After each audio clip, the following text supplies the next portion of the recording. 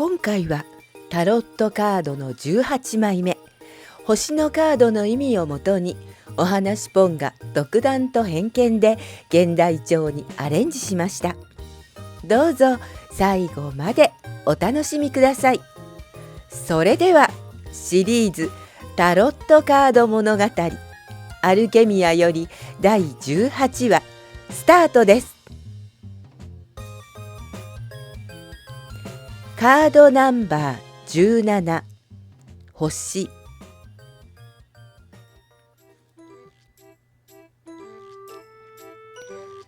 私の名前はミカ。美しい花と書く。美しい花には毒があるって言うけど、私も同様らしい。どんな毒かというと、他人を疑ってかかるという毒。どうしてそんな性格になったか。それは両親がバカがつくほどのお人よしで、他人を疑うことをしない人たちだから。そのために裏切られたり騙されたりして結構痛い目に遭ってきた。人生はまだ14年の中学2年生ではあるけど、両親を見ていて何でもかんでも信じたらいけないと肝に銘じ、おかげでちょっと曲がった女の子に育った。私は両親との3人暮らし。家は古く、母の両親、つまり私の祖父母が建てた家に住んでる。おじいちゃんとおばあちゃんは私が小学生の頃に亡くなったけど、母を育てた人たちだからやっぱりいい人たちだった。私のことをとっても可愛がってくれた。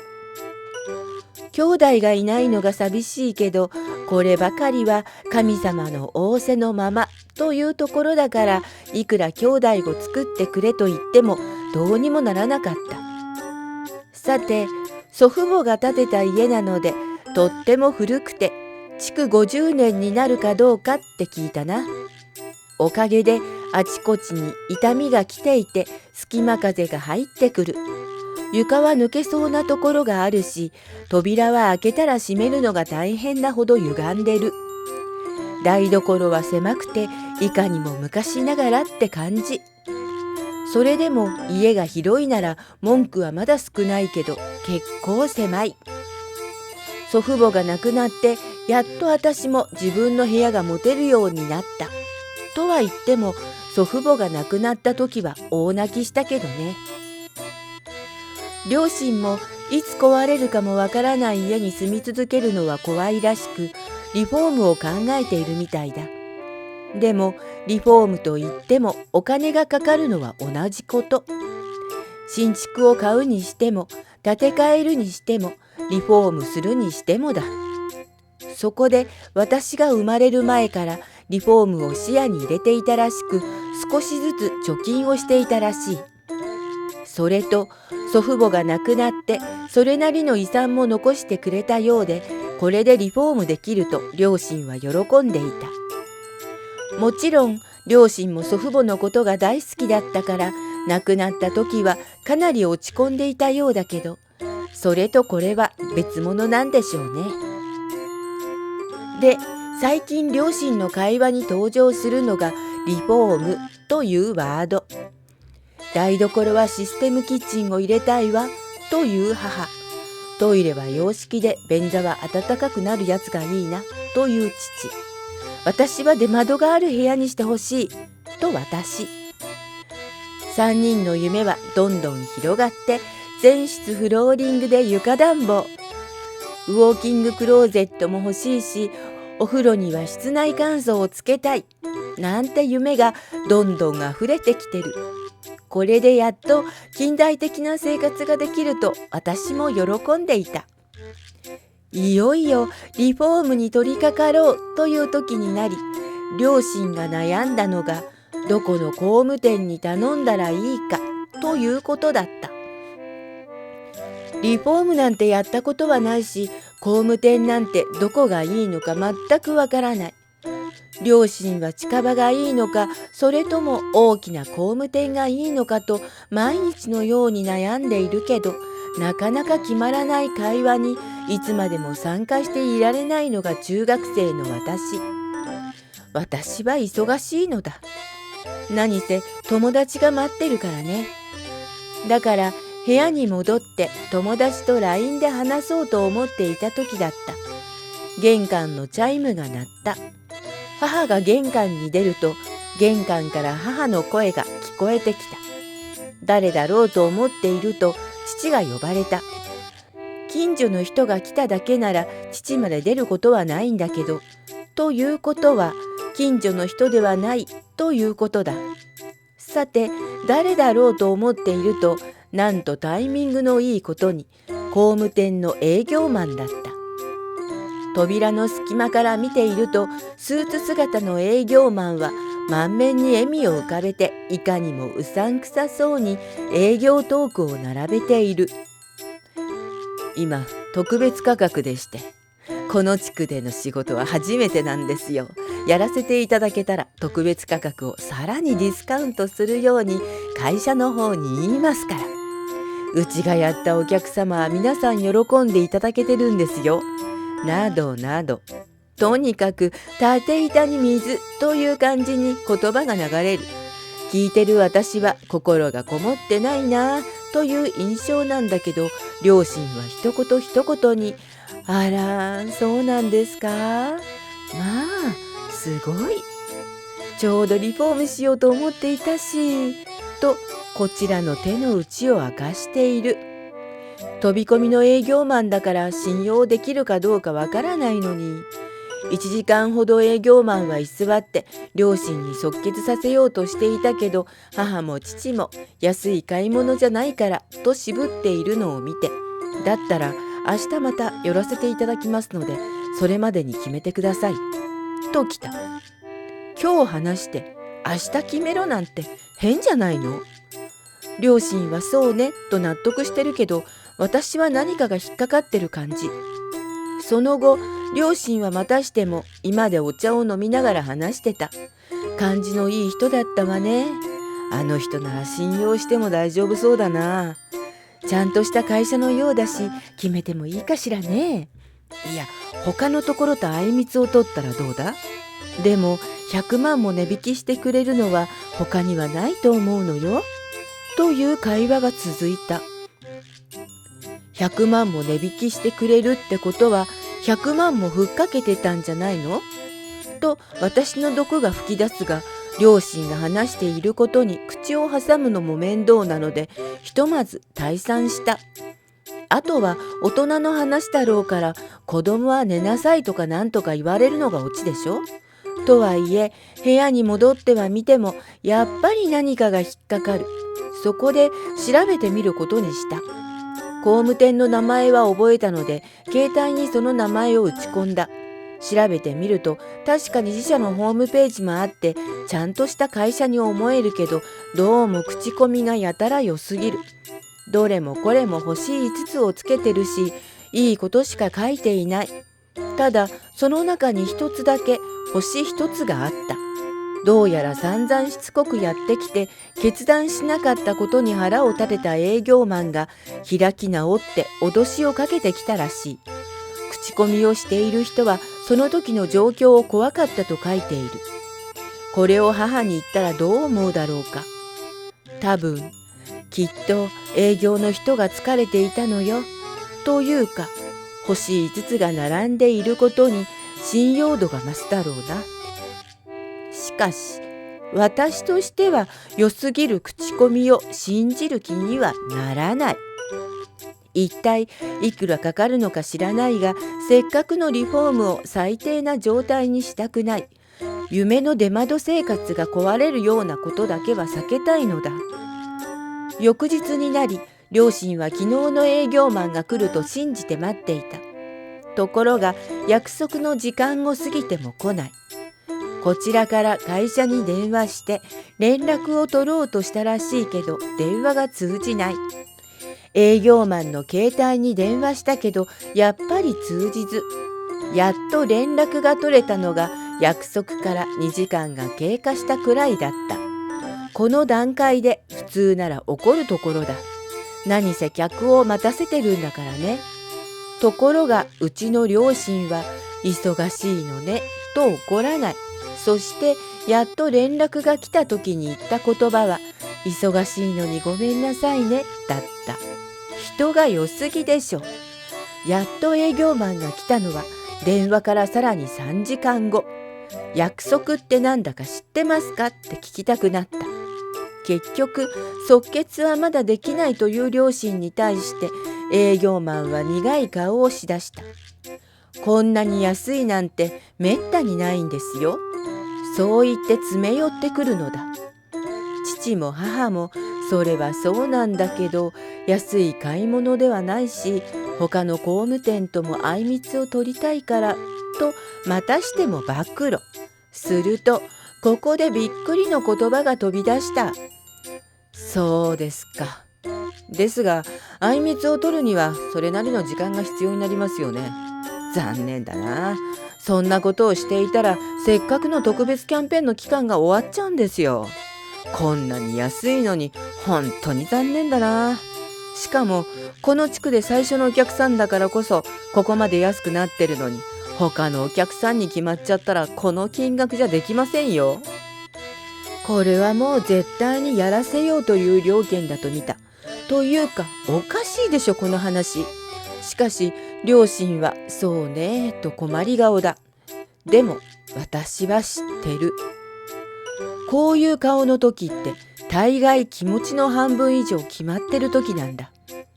両親は相手の営業マンの罠に引っかかったということ。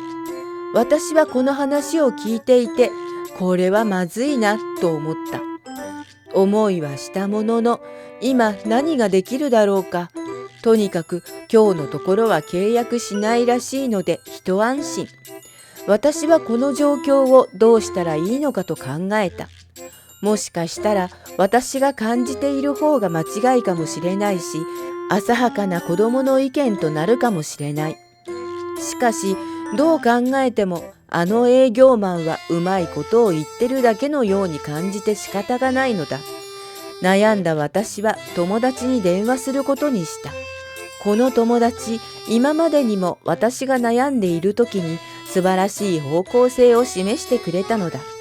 どうやらタロットカードなるもので占いらしきものをしているらしい。いつも電話でのやり取りなので本当のところはわからないけど、相手がタロットカードだよと言ってるので間違いはないだろう。以前に占ってもらった時にはカードの写真も送ってくれた。そして見事に示してくれた方向性は当たり、私は悩みから解放されたのだった。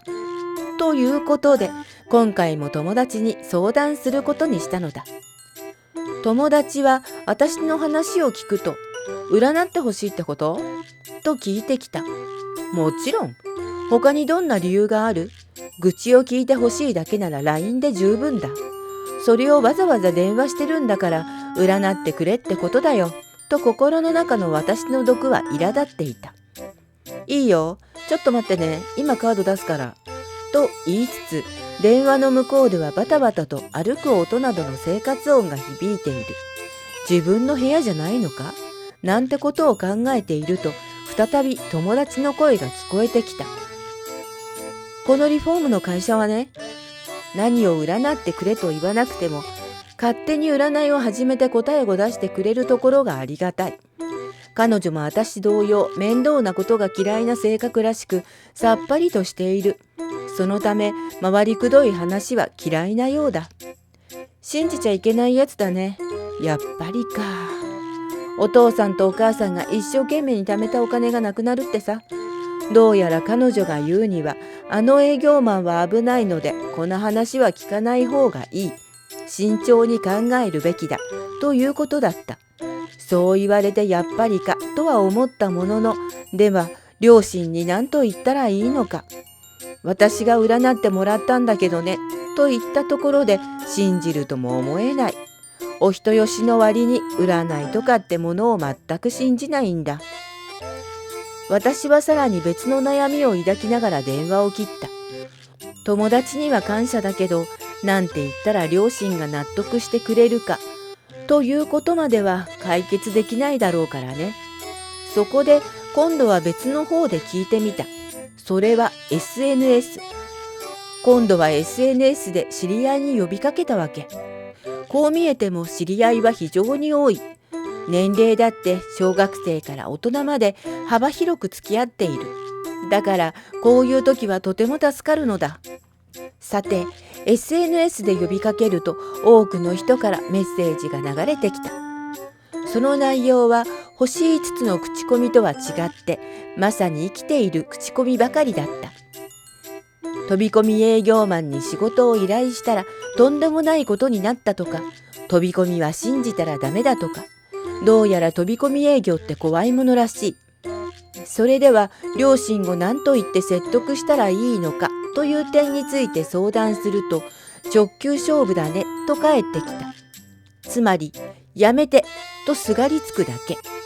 理由を聞かれたらあの営業マンが嫌いとか、なんか嫌な気がするとか、適当なことを言って涙を流せば親は折れるというものだった。そんな手が通用するとは思えないんだけど、他にはないよね。こうして私は両親に泣き顔を見せる作戦を立てたんだけど、それでも迷っていた。タロットカードはやめることを勧めているし、SNS の友達も飛び込み営業は信じるに値しないという。どうしたものだろうか。このまま進めて、これが外れでなければ100万の儲け。失敗したら100万どころかそれ以上のお金が飛んでいくわけだ。結局占ってもらっても友達連中に相談しても私の気持ちは決まらないままだった。その夜はなかなか寝つけなかったが、朝になると悩んでいることがバカバカしくなっていた。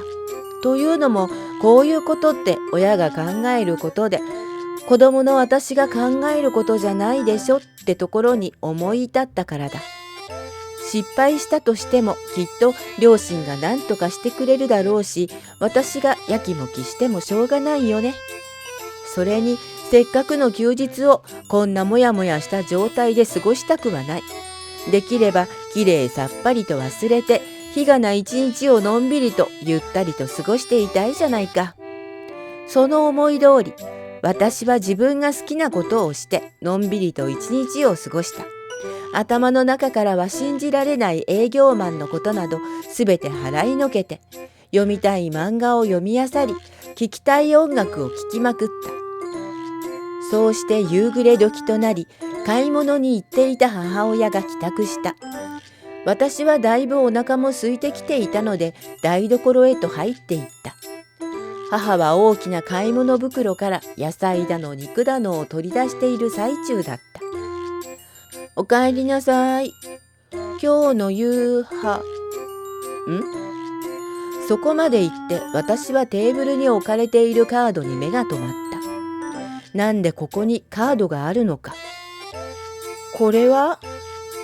私はカードを手にすると母親に聞いた。ああ、帰ってくる途中で拾ったのよ。綺麗なカードでしょ。確かに綺麗だけど、綺麗だってことだけじゃ終わらせられない。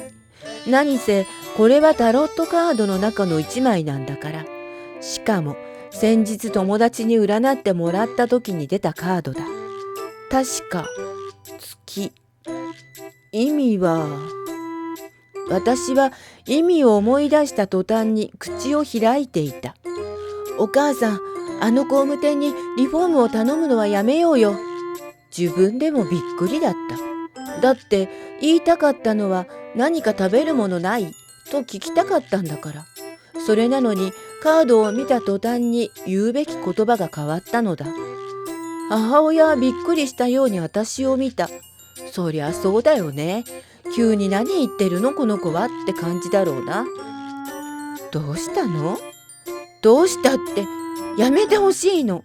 あの工務店はダメ。絶対にダメ。ダメっていうか嫌。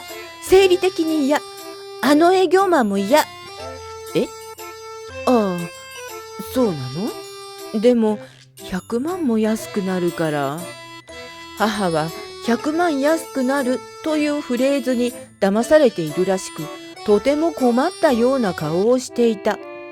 お母さん、今あの人に夢を託したら絶対に後悔するよ。私を信じて。私はなぜか必死に話していた。話しながらなんでこんなに真剣になってるんだろうと不思議だったけど、何かに突き動かされているような、これが神秘の力ってやつかな。そんな母と私のやりとりを居間でのんびりとテレビを見ていた父が聞いていたらしい。母さん、ミカがこれだけ言うってことは何かあるんじゃないのか？子供の意見を侮ってはいけないと思うよ。さすがお父さん。私は心の中で大きな拍手を送った。次の父の日には肩を揉んであげよう。忘れてなければ。そうね。私は嘘泣きなんて芸当はできない方なんだけど、泣きそうな顔を作ることはできる。今にも泣き出しそうな顔。しかも一人っ子だから両親はそんな私の顔にはめっぽう弱いのだ。父は私の顔を見て慌てたようにちょっと強めに母に言った。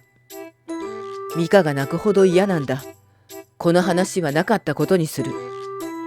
よし、よくぞ言った父よ。いつも優しくて何事も母と二人で考えるはずが、母の意見を無視した父の言葉に母はびっくりしながらも、そうね、お父さんの言う通りね。何も娘を泣かせてまでやるようなことじゃないわね。と折れてくれたのだった。これで夫婦の関係にひびが入ったらごめん。とは思うけど、うちの両親に限ってそんなことはないだろう。何せ結婚して15年になるけど、どこの親よりも仲がいいと思うからね。こうして家族の夢のリフォームは別の会社に依頼するということで話がまとまった。そして数日後、父に聞かれた。ミカ、どうしてあんなに嫌がったんだ？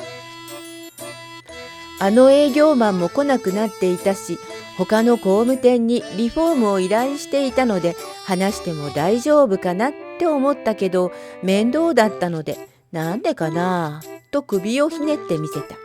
すると父は、まったくしょうがないやつだなと笑っていた。笑いながら新聞に目を落とした父がすっとんきょうな声を上げた。母さん、この会社、この間来たリフォームの会社じゃないのか？父親が新聞を母親に見せると、母親もびっくりしてる。一体どうしたのかと思ったら、なんとあの工務店が詐欺で捕まったとあった。結構手広く詐欺活動をしていたようで、騙された人は多かったらしい。あの時ミカがダダをこねてくれなかったら、私たちも騙されていたってことね。母親が私に感謝しているのかどうか微妙なコメントをしているけど、そこはスルーしよう。両親はひたすら新聞を読んでは私のおかげだって言ってるからね。これで100万どころかそれ以上のお金を騙されなかったという事実が明らかになったんだ。後で何かねだってもいいよね。ところで、あの時母親が拾ってきたカードだけど、あの後いくら探しても見つからなかった。まるで用事は済んだからバイバイっていなくなったみたいに。そんなことあるはずないんだけど、両親に聞いても知らないっていうことだった。あのカード、次に見つけたら大事にしようと思う。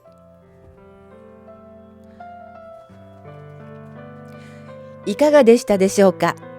このカードは夢や目標を他人の手に預けると利用されることを示唆しています。また、インスピレーションに恵まれる時であり、直感を信じた行動が成功をもたらすことを暗示しています。面白かったと思ったら、チャンネル登録とグッドボタンをお願いします。